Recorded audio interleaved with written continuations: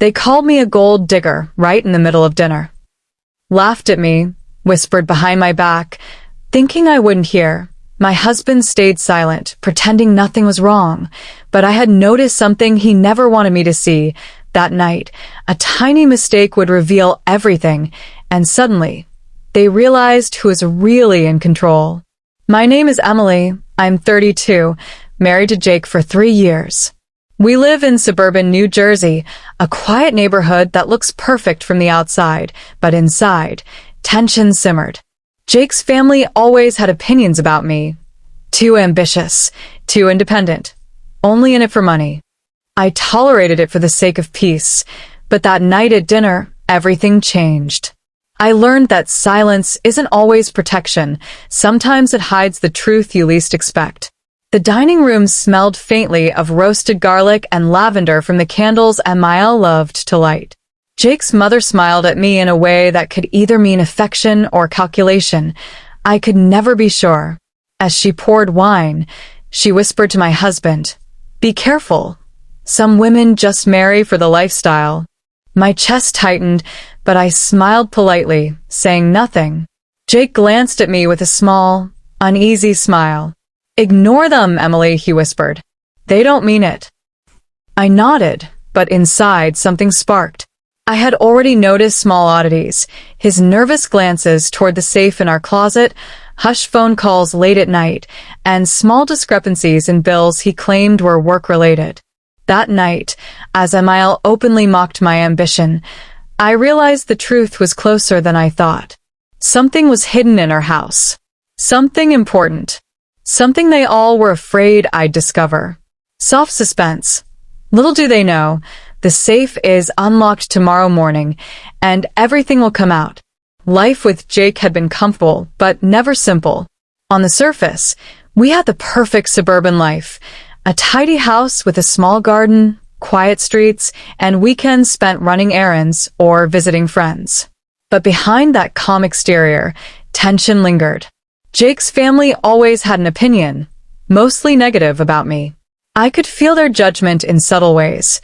The raised eyebrows when I bought something slightly expensive, the half smiles when I suggested a small improvement around the house, or the quiet chuckle when they assumed I couldn't understand Jake's world. I tried to ignore it. I focused on my work, on our home, and on being the kind of wife who wouldn't give them a reason to dislike me. But sometimes, late at night, I'd hear the whispering, Jake's mother laughing on the phone with his sister, murmuring about how Emily thought she ran the place. My stomach twisted every time. I wanted peace, but peace in that house always felt conditional. Jake and I had routines. Saturday mornings were spent at the farmer's market, Sundays at a small cafe near the park. We would cook dinner together, sometimes laughing over a shared memory, other times just quietly sipping wine in each other's company. Those moments felt real, grounding, like our marriage was safe from the outside judgment. But there was always a shadow, small hints of secrecy, little inconsistencies in what Jake said and what I observed. He had that small safe in our bedroom closet. "Don't touch it," he said once, with a nervous laugh, brushing my hand away. I obeyed, more curious than cautious. That safe became an invisible wall between us, a wall that held questions I couldn't yet ask, secrets I couldn't yet face. The household smelled of familiar routines, fresh coffee brewing in the mornings, faint vanilla from Jake's mother's candles, the crisp scent of laundry on the line. But there was tension beneath it all, subtle and constant, like a low hum you hear only when you stop and listen. Every dinner with his family carried an undertone of judgment, a quiet war waged with glances, laughter, and veiled remarks. One Friday night, after a particularly tense family dinner, I lingered in the kitchen while Jake cleaned up. I watched him, trying to read his expression. "Everything okay?" I asked quietly. He hesitated, then shook his head with a small smile. "It's nothing. Just family stuff." But I knew better. That night, I lay in bed staring at the ceiling, the faint outline of the safe on the other side of the room catching my eye. Something was coming. I didn't know what, but I could feel it, a shift in the air, like the calm before a storm. Soft suspense. The audience now senses the tension building, and the safe's mystery becomes the anchor for what's coming. The next few days felt different. Not because anything had changed outwardly, but because I couldn't shake the feeling that someone was watching, testing me, or hiding something right in plain sight. Every glance Jake's mother gave me felt loaded, like a riddle I wasn't meant to solve. I noticed small things that didn't add up. A receipt for a business meeting Jake hadn't mentioned, a phone call cut short the moment I entered the room, and a faint scent of leather and polish in the hallway. The safe's subtle presence, almost like it was mocking me. One evening, while Jake was at work, I went to do laundry and passed by the closet. The safe sat there, ordinary and unassuming, yet it had a magnetic pull I couldn't resist. My hands hovered over it, trembling slightly. I remembered Jake's warning, "Don't touch it." But curiosity had been quietly growing for weeks. What could be so important that he guarded it like a secret treasure, even from me, his wife? The first true clue came during another tense family dinner. Emile, with that carefully rehearsed smile, mentioned something in passing about trust and keeping some things hidden for everyone's good. It wasn't a direct accusation, but the way her eyes flicked toward the safe was unmistakable. I felt a chill. Later that night, Jake's brother dropped by unexpectedly. He laughed at a joke I didn't get, then leaned closer and whispered, "Just don't dig where you shouldn't, Emily. Some things are better left alone." His tone was playful, but the weight of it settled on my chest like a stone. Even Jake seemed off. He was quieter than usual, distracted, and avoiding eye contact during conversations. At first, I tried to believe it was just stress from work. But deep down, I felt that the cracks I had been sensing were widening. Something was hidden, something big. And whatever it was, it involved the safe.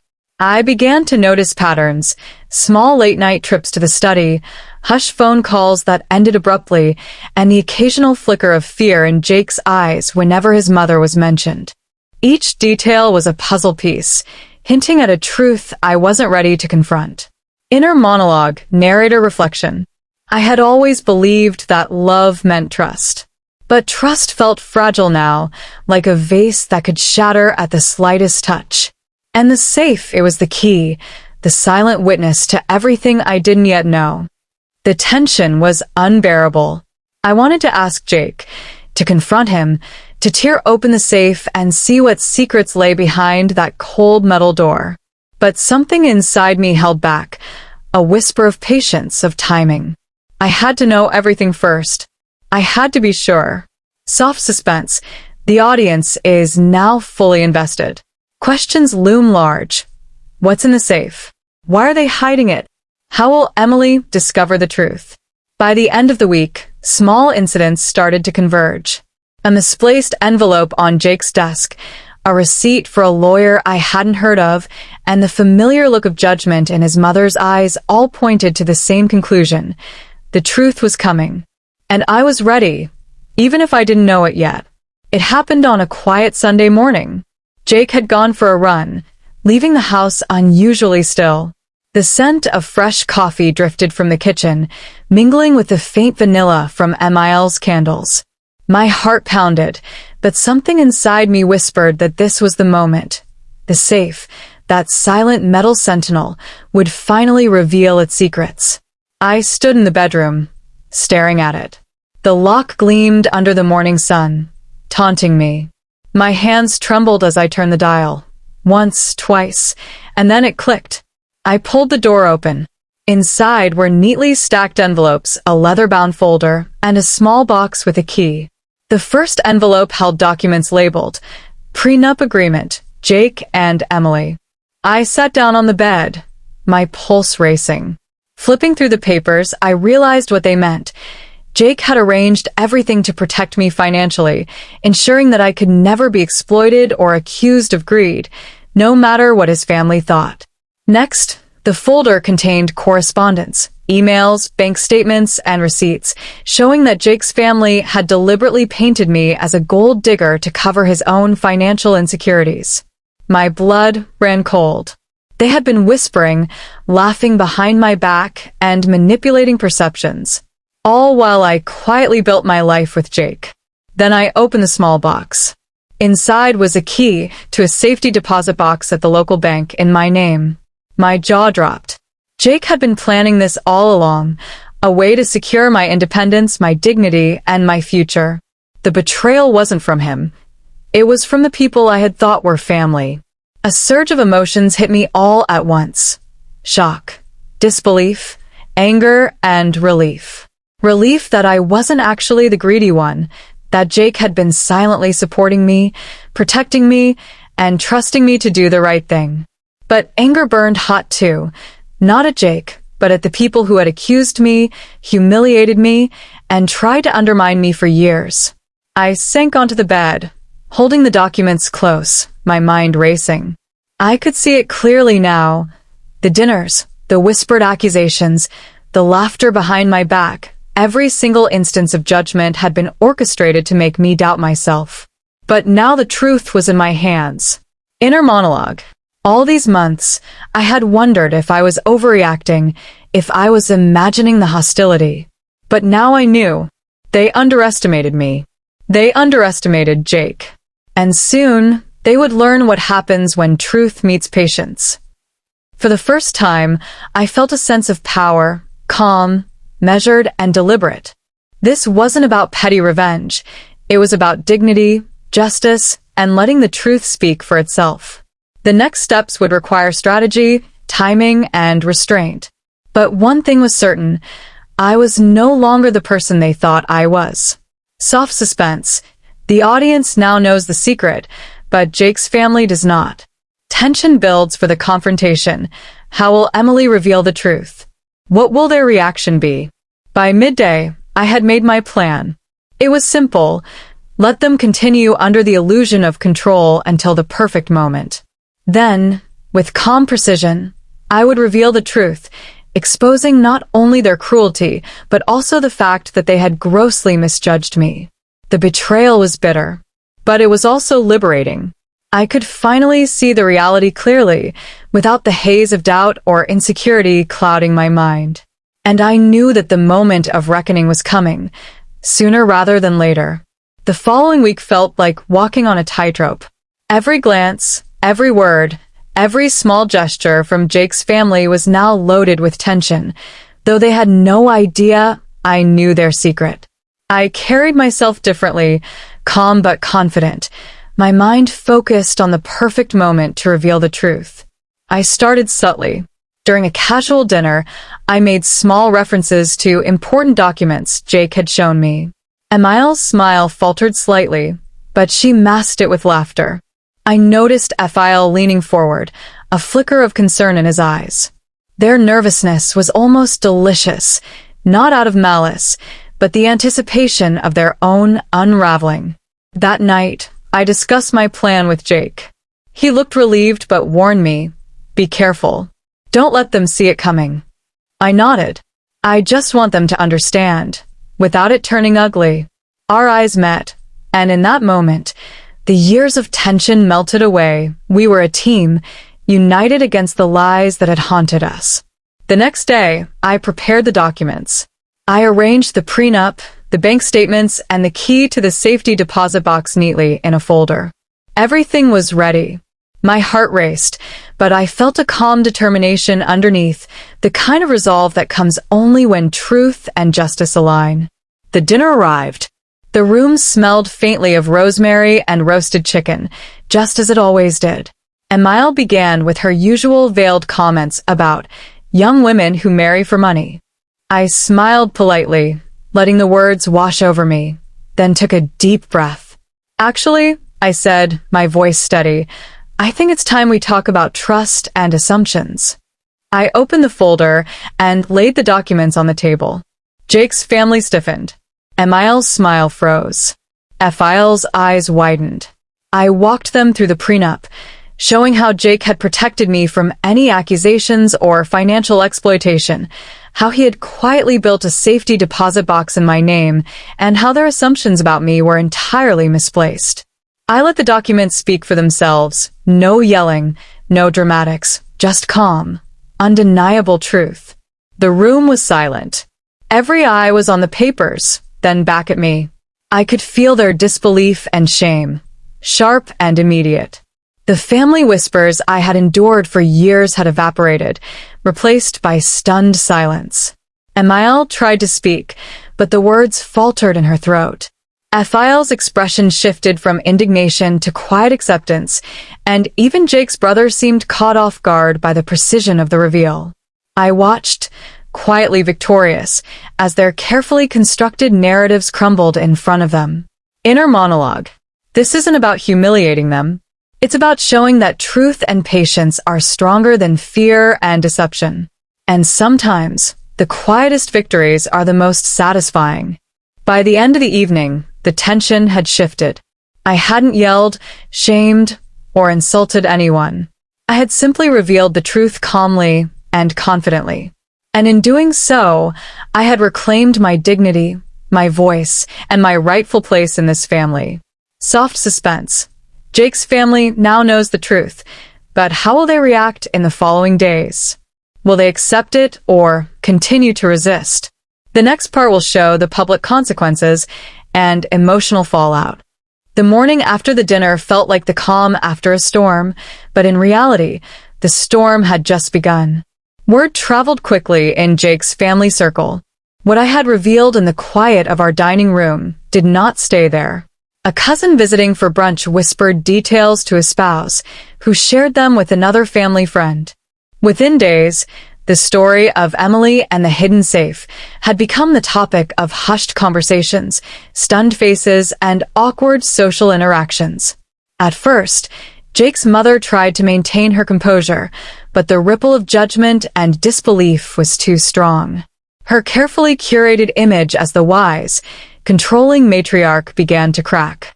People she respected, neighbors, family friends, even distant relatives, now viewed her differently. They could see the manipulation, the judgment, and the hypocrisy. During a small family gathering the following week, the tension was palpable. Emile tried to maintain her usual sharp comments, but the room was different now. The laughter that once accompanied her remarks felt hollow. Even Jake's father, who had remained largely neutral, gave subtle nods of acknowledgement toward me. The truth had shifted the balance. I watched quietly, letting them process it without interference. Every glance, every hesitant comment from them reminded me of the months of subtle humiliation I had endured. Yet I stayed calm, letting the silent power of truth work its way through the room. One of Jake's cousins, the one who had often questioned my intentions, finally approached me. "Emily, I had no idea. You've handled this incredibly well." I nodded, smiling softly. It wasn't about praise. It was about justice, about showing that patience and clarity always triumph over baseless accusations. Meanwhile, outside the family circle, friends and neighbors began noticing the shift. Invitations for social events, previously reserved and cautious, became more inclusive. People who had once doubted my character now respected the quiet dignity with which I had handled the situation. It was remarkable to see how quickly perception could change once truth replaced rumor. Even Jake noticed the difference. He came home one evening, exhausted from work, but with a rare smile. "You've changed everything," he said, wrapping an arm around my shoulders. "They won't forget this anytime soon, but you handled it with grace." Inner monologue.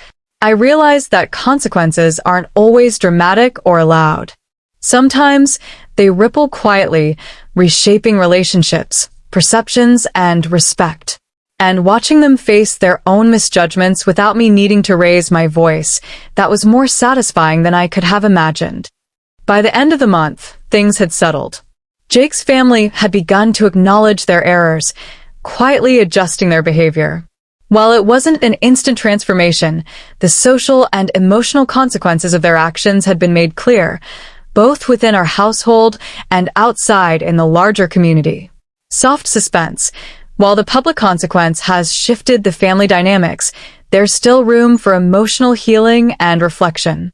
Part 7 will focus on rebuilding life, dignity, and the moral closure Emily deserves. The weeks after the revelation brought an unexpected sense of calm. Jake and I settled into a rhythm that felt lighter, freer, and more grounded than ever before. The weight of judgment and suspicion that had hung over our marriage for years was finally lifting. I no longer carried the burden of proving myself. The truth had done that for me. Our home, once filled with tension and quiet hostility, now felt safe. The same rooms that had echoed with whispered accusations and judgment now resonated with laughter, calm conversations, and mutual respect.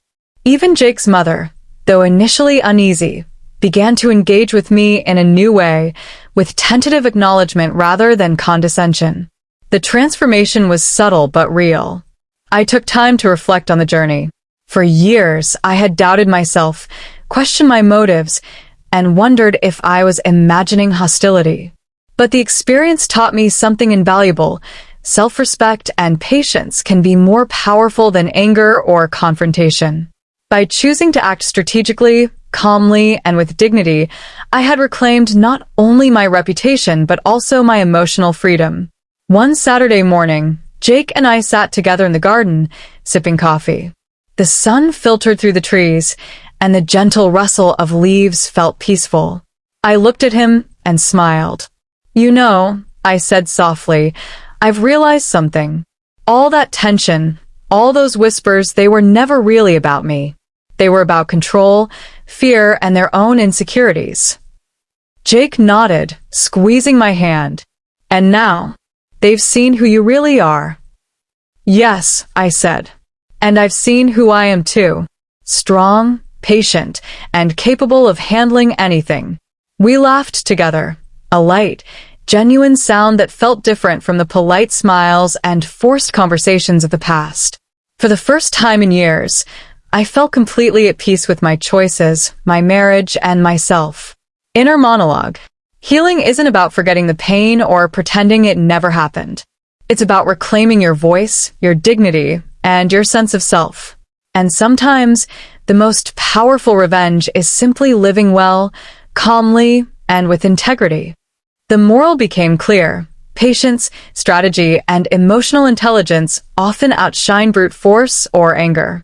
Truth has a way of surfacing, and when it does, those who underestimate you are forced to reckon with their own actions. I also realized that Jake's unwavering support had been crucial. True partnership isn't just about love in happy times. It's about standing together, even when the world seems set against you. Our bond grew stronger, built on trust, respect, and shared experience, not superficial appearances or the judgment of others.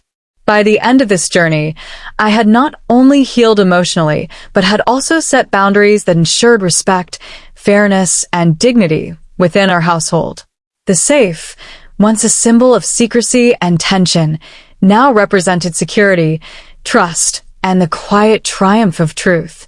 Sitting here now, I can hardly believe how far we've come. What once felt like constant judgment, whispers behind my back, and relentless scrutiny has transformed into understanding, respect, and peace. The journey wasn't easy. It took patience, courage, and a willingness to see the truth without letting anger control me. I've learned that real strength doesn't come from shouting louder or proving someone wrong in the moment.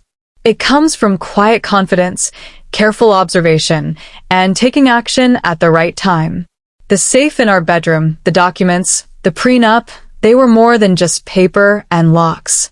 They were symbols of trust, preparation, and the power of truth. To anyone watching who feels judged, underestimated, or unfairly criticized, patience and clarity are your greatest allies. Let the truth unfold in its own time, and don't let the whispers of others define your worth. Now, I want to hear from you. Which city are you listening from? Have you ever faced a situation where others misjudged you, and how did you handle it? Share your story in the comments. I'd love to hear it. And if this story resonated with you, don't forget to like, share, and subscribe. Sometimes, the quiet victories are the ones that make the biggest difference. Emotional closure. Emily reflects on her growth, the moral lesson, and leaves the audience with a question.